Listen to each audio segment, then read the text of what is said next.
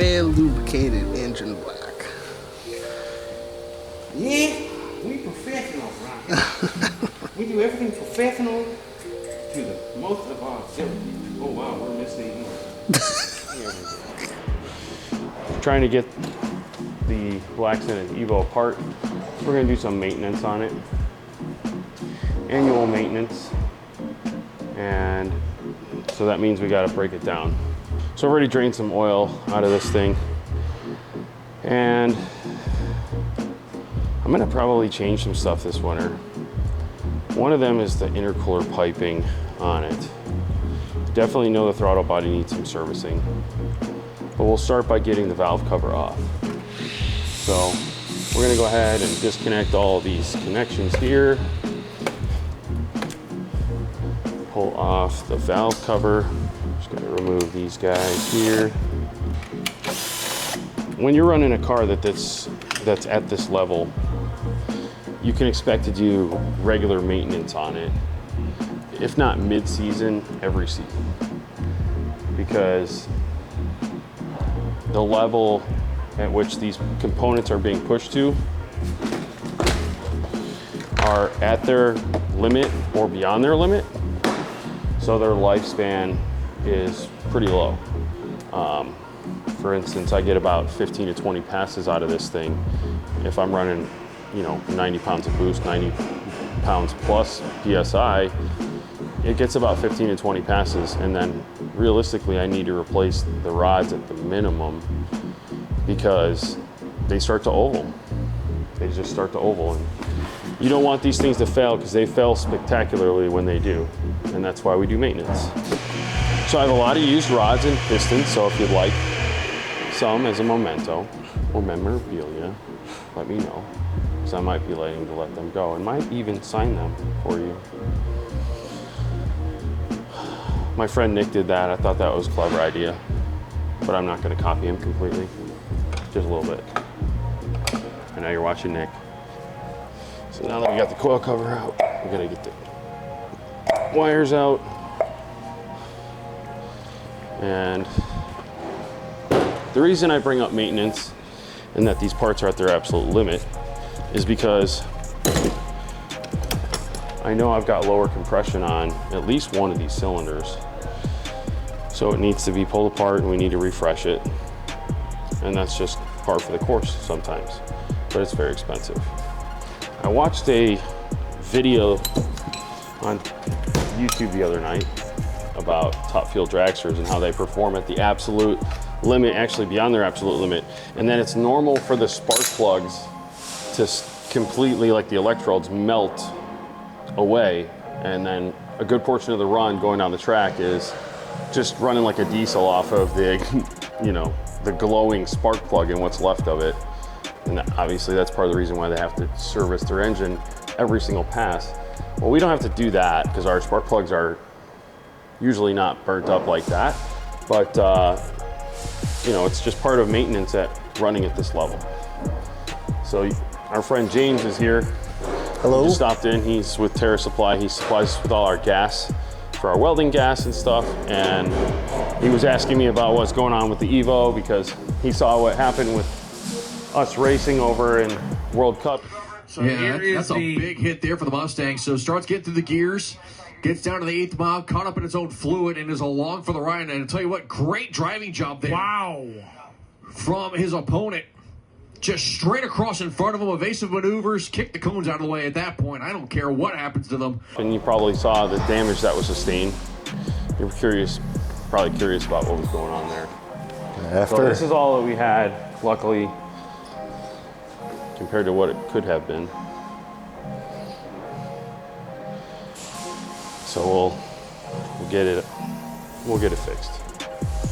Because like when I'm doing a qualifying pass, there's no, unless I'm trying to, it's like a friendly grudge race with whoever I'm up against. I don't know that Mustang, we're just doing a qualifying pass. So I'll typically not cut a tree. But yeah, I didn't get the 60 foot I wanted. Pretty much didn't get it all season, but that's another story. Taking off intercooler piping right now. You can see I got the lower pipes off. 10 millimeter.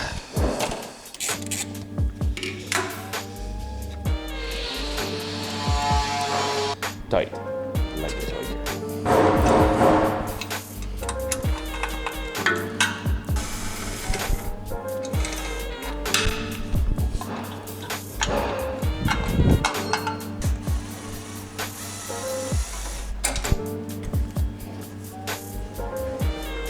Ooh, boy, she thick.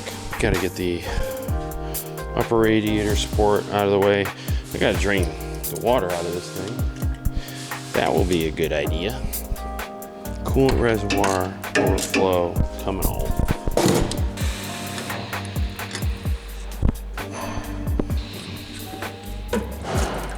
Just a coolant overflow. All right, so we're gonna drain the catch, drain the radiator, I should say, on this thing. One of the things I'm going to want to do is move this thing in the trunk so it's out of the way for serviceability in the spring. Because man, do I hate dealing with that. Taking it off is the easy part. Getting your fingers up in there to reach that nut and bolt where there's no space is another story. And this is one of the downsides of building a street car and then slowly progressing it into a race car, as opposed to just building a race car with the intent of extreme serviceability, is that you wind up with not easy serviceability. Because I've just added things as I've gone, whereas most of the other guys have kind of designed their cars around, okay, I'm gonna need to rip this thing apart every single pass, or 3 times out of the season in order to service it, and I'm gonna want to make it extremely simple, as opposed to trying to do like a really cool stock style. There we go. Voila. There's our catch point.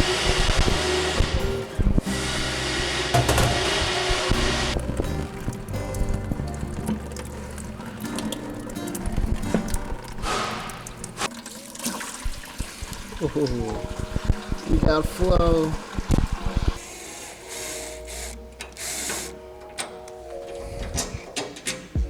These are some OG parts right here. 3P Performance, look that up online. It's one of my friends from back in Colorado, and a product line he made probably 15 years ago, 16 years ago now. Probably longer than that, but I'd be rocking them still.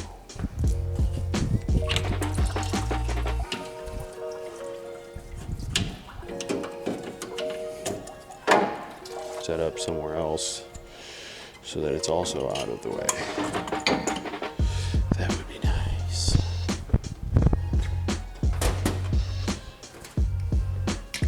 But this is what happens, man. Every year, I'm like, oh, I'm just gonna do some maintenance and not change anything on the car. And then it definitely does not end up in only maintenance. I definitely do way more than I plan to on the car. But this season's gonna be different.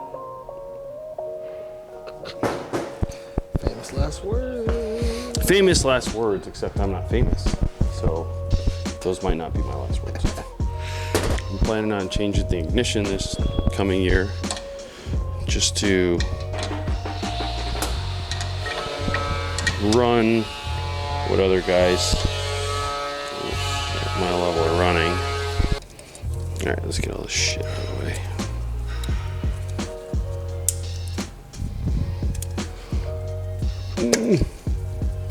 So this is the machine concept.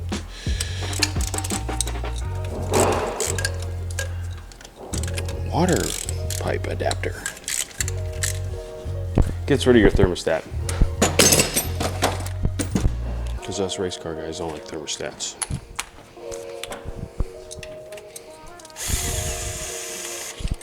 Thermostats slow you down. No, I'm just kidding.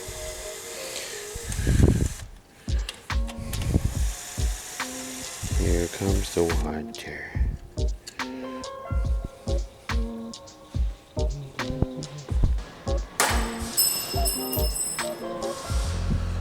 Gotta work on that jumper. Hey. White man can't jump, okay?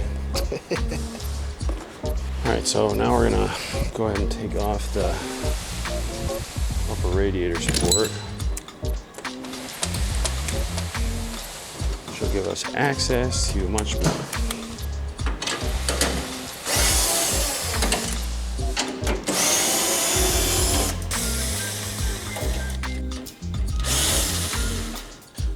All right. Upper radiator support, come off, sesame.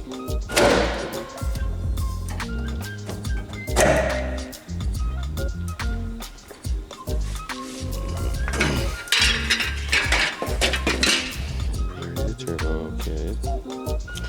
Apex. Big boy shit. Oh, I don't know what they put in those tacos, bro. Hey. Yeah, he is. You guys and your fucking dollar tacos. I'll tell you why they're $1. Apparently, we saw plenty of heat.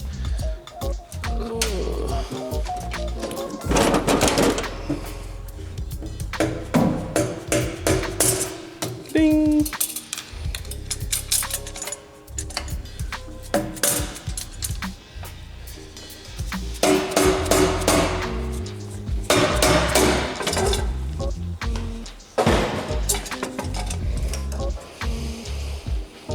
World Cup, good stuff. Man, there's a coating on this clearly, and I think we found the nice limit to it. So this is basically your source that runs to the wastegates, and then the electronic boost control solenoid in order to regulate everything. Passenger side top of wastegate. And then once these are both off, I can remove all the lines that are plumbing this real quick. Makes things nice and accessible. I can basically take the turbo off here once I remove the oil return.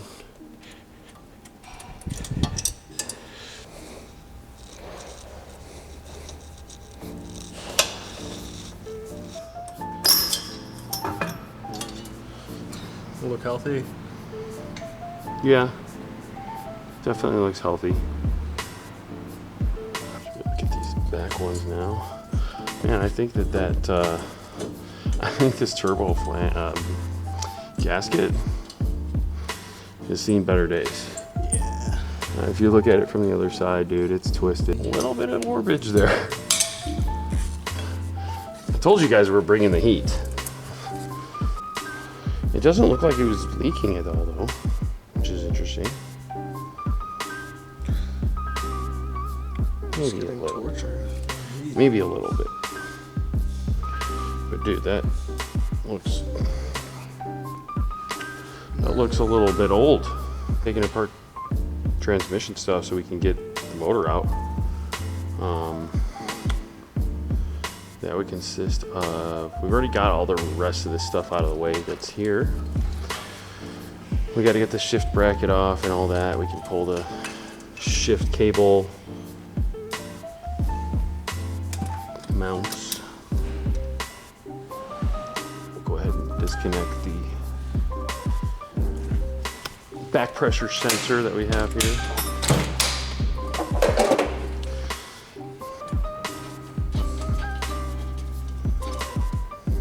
Most of this stuff unplugged.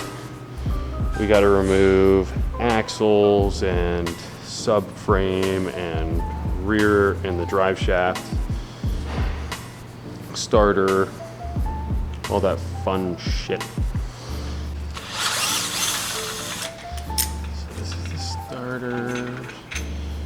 We replaced the starter when we were at World Cup because we toasted one.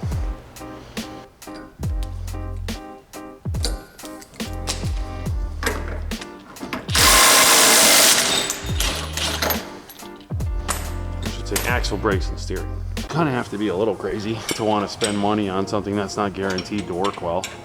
Yeah. I mean, calculated risks, and honestly, the odds have been in our favor in the long run. because again, calculated risks, but there is that percentage that's still out there. Sure as hell bit us this year. Because this is the first year in my entire racing career where I didn't go faster than the year before it. And when I say, I should say quicker. Because yeah, we went faster. We went 200 miles an hour on one pass. We didn't get a chance to back it up because the car fought us and continued to have problems.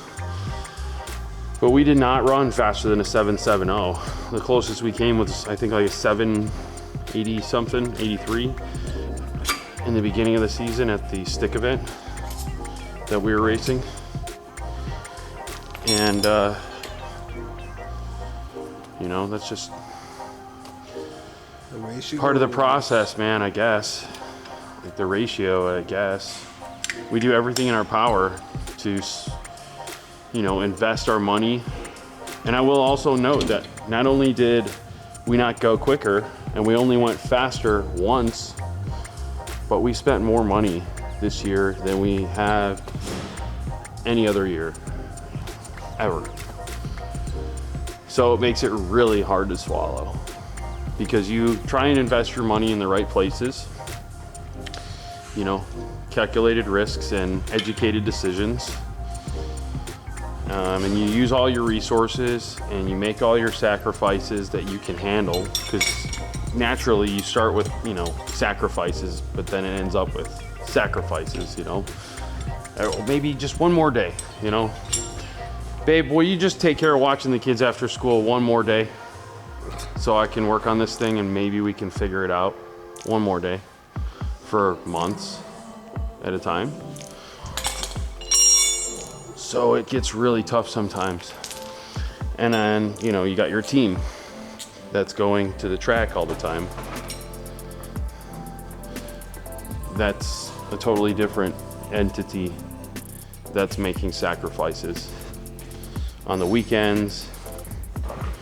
Because mind you, I don't pay my guys like your traditional business. Like my team is invested in the business, meaning I invest in them as they invest in me. So they get a direct percentage out of whatever profits they're bringing in or they're working on.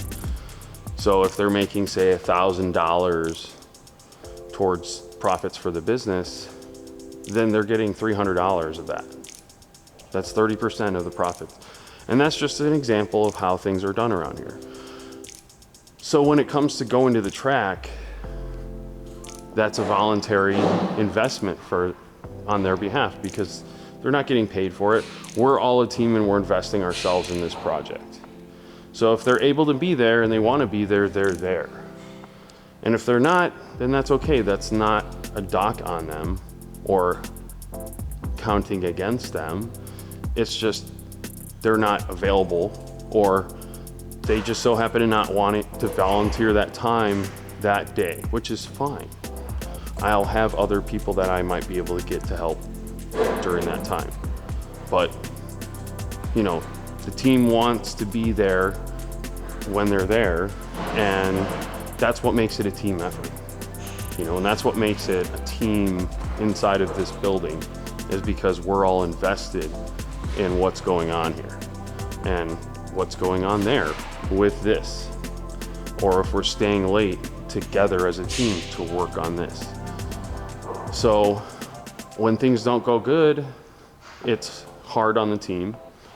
And when they go good, it's, you know, the team is invested, you know, the team profits together, we all work together. So that's kind of how things work on this thing. And this year's tough on the team because it did not go well. And, you know, most people might look at this and say, well, how can you say that it didn't go well? How come you didn't, you know, how can you say that, you know, when your sponsors are so happy, and that might not look good and you got to keep a positive attitude? There's nothing wrong with being realistic. There's nothing wrong with having goals that are realistic and not meeting them and not being happy with that, because you have higher sights for your brand and for your partners and your sponsors. There's nothing wrong with communicating that There's no reason to be fake about it and, you know, act like everything's perfect when there were issues, you know? And that's just the name of the game. And that's the reality. And that's part of the story. I'd much rather be real about it than be fake about it. So, yes, we keep positive. We keep, you know, a good mentality with our partners and our strategic allies and our sponsors, because, you know, it makes sense to do that. But when it comes down to analysis, which is essential for progression, you have to be honest with yourself and say, did this work or not? And last season, some things worked and some things didn't. And that's just the reality. Doesn't mean we don't have a bad attitude or we have a bad attitude. It just means that we're being real about it. That's all. And sometimes that's what it takes to progress. You know, you've got to have failure. You've got to have lessons. You've got to have unexpected results. You're expecting and hoping for unexpected results that are of the better, but sometimes they unexpectedly are of the worst. It's just the reality of racing and the reality of this business. So, but I'm not trying to get real on you guys. I'm just trying to be honest. So, all that means is a few changes and a much harder grind at the beginning of the year. All right, so now that we've got the steering disconnected, we've got the axles unbolted, we've got the brakes removed, we can go ahead and remove the axle on this side.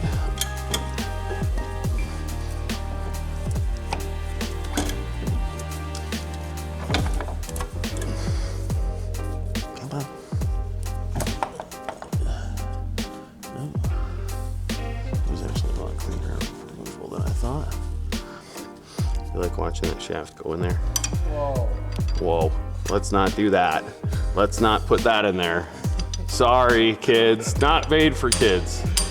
So then once you get that threaded in there, pull that bitch out. All right. So you definitely wanna make sure you're careful around this thing now that we remove these bolts, because it'll drop. Yeah, so I usually keep it between my legs while I do this so that it doesn't hit me in the nuts, you know what I'm saying? Like, I'll use my knees to kind of hold it, and then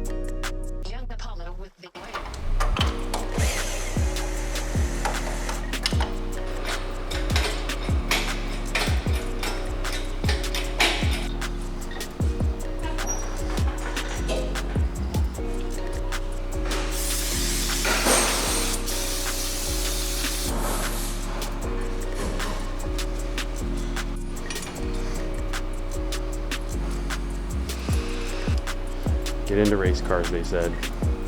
It'll be fun, they said.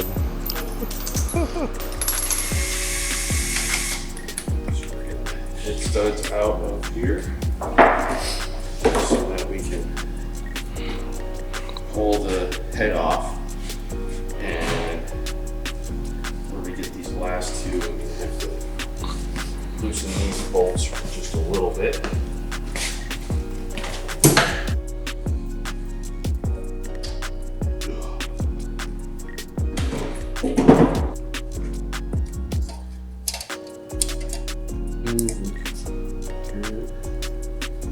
Near the fire rings.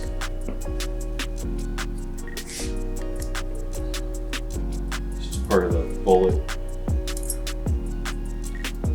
billet race setup that comes with this. We were low compression on cylinders 4 and 1. A little excess oil there. But got a little bit of material on the cylinder wall you can see over here. It's kind of what we experienced towards the end of last season when we were at World Cup also. Luckily, it seemed like everything was going to seal good except for the cylinder walls. The cylinder walls had some leftover material from whatever damage we sustained, and the only way to remove it was using some unconventional methods in the pits. This consisted of a cordless Dremel that we had borrowed from the RRT Motorsports camp and a flap disc in order to remove the material on the cylinder wall, and then using some fine grit sandpaper to cross hatch things since we didn't have a hone in it. But we were not on a mix of methanol, we were just on ethanol at the time. And we ended up mixing in some methanol to try and get ourselves past it. We ran a decent time. It was fine, didn't have any breakup or anything. 770, 192 is best pass of the weekend by nearly 2/10 of a second. But this season we were on a mix of methanol M1 from VP and 1 ethanol R. It was a 50-50 mix of those two. And we just struggled all season long. And we put silicone on there because it's the hole that's next to an oil passage hole. So it has to have silicone on it. I just forgot pulling it out here.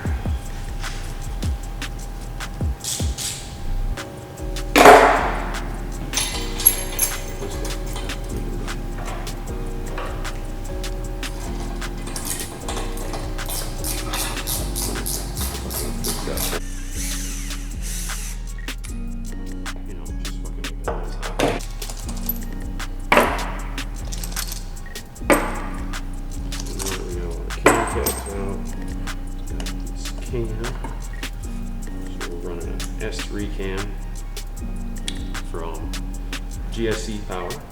Shout out to GSC Power. Appreciate all your help and support.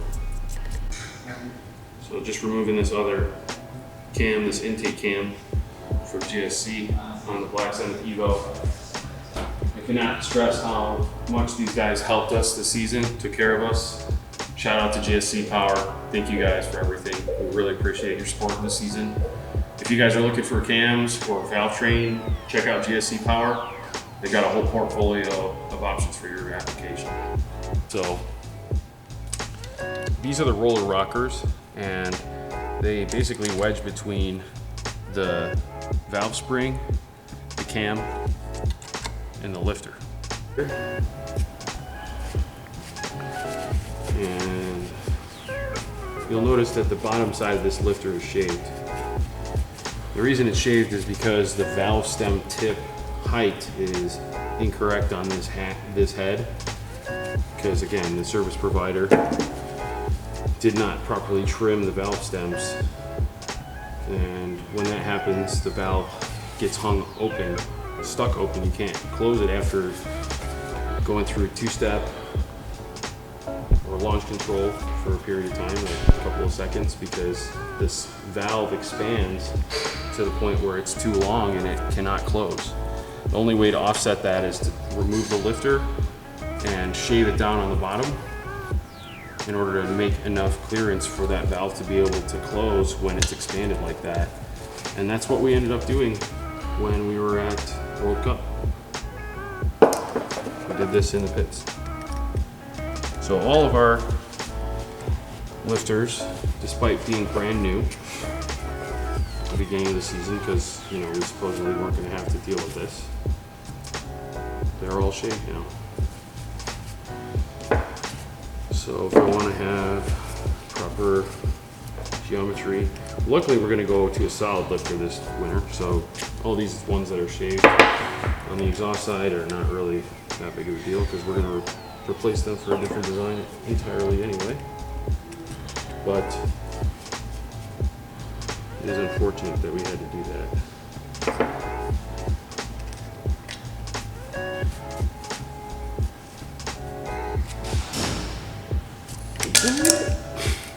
There's Butterfinger Hochman. There he is. Just getting worried about him. Hasn't been around all day. Fucker.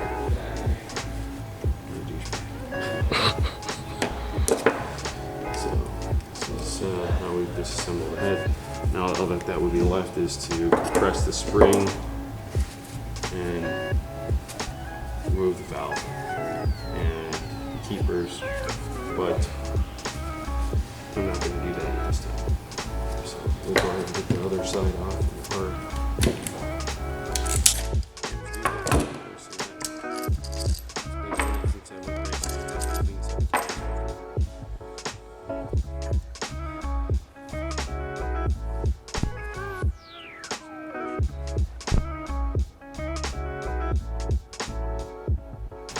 So I mean, there's about a millimeter, maybe 2 at most, that we take off when we do that sort of thing. Yeah.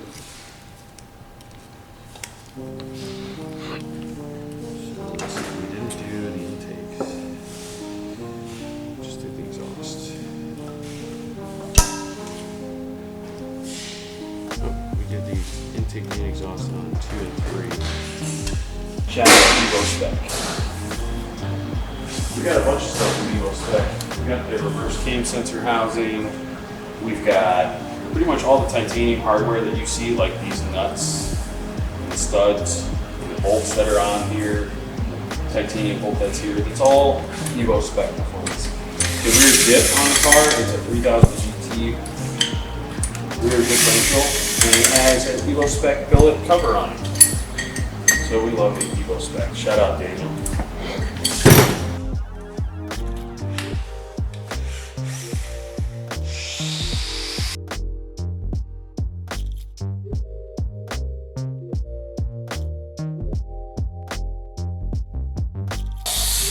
Then we've got a machine concept cherry sensor adapter, and that's working with our 12-1 tube at the moment. So we're going to go back to the 12 tube, like I said. So the Haltech used to prefer the 12 tube with the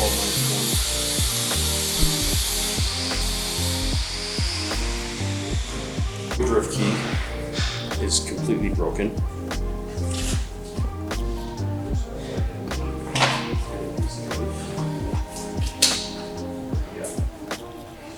So this keyway on this other side of the motor here is what keeps things, you know, in its locked position normally. But mine is broken.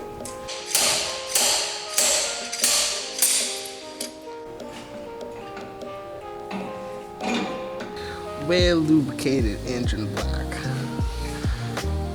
Yeah, we professionals, right? We do everything professional to the most of our ability. Oh wow, we're missing one.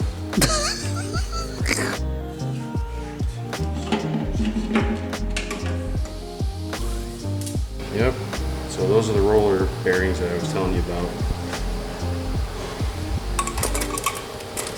And there's usually about 16 of them for each rocker that you end up breaking. There's a good portion right there for guys that have to continuously rebuild their motors like me. Not having to replace the gasket every time. It's small savings, and also makes things a little bit more convenient when you're in the pits. You might not have an extra gasket. Despite us always trying to have extra parts around, you never know what can happen. And it does always seem like the part that I need is the one I don't have a backup.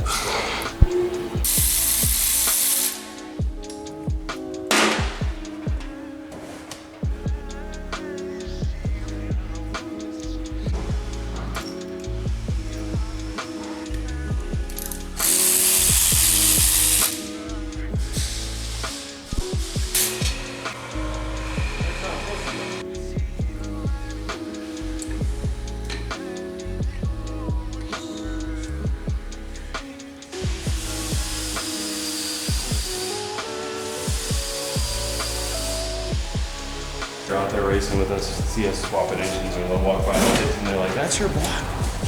Yeah. Good little. If you can do that with that thing, imagine what you could do.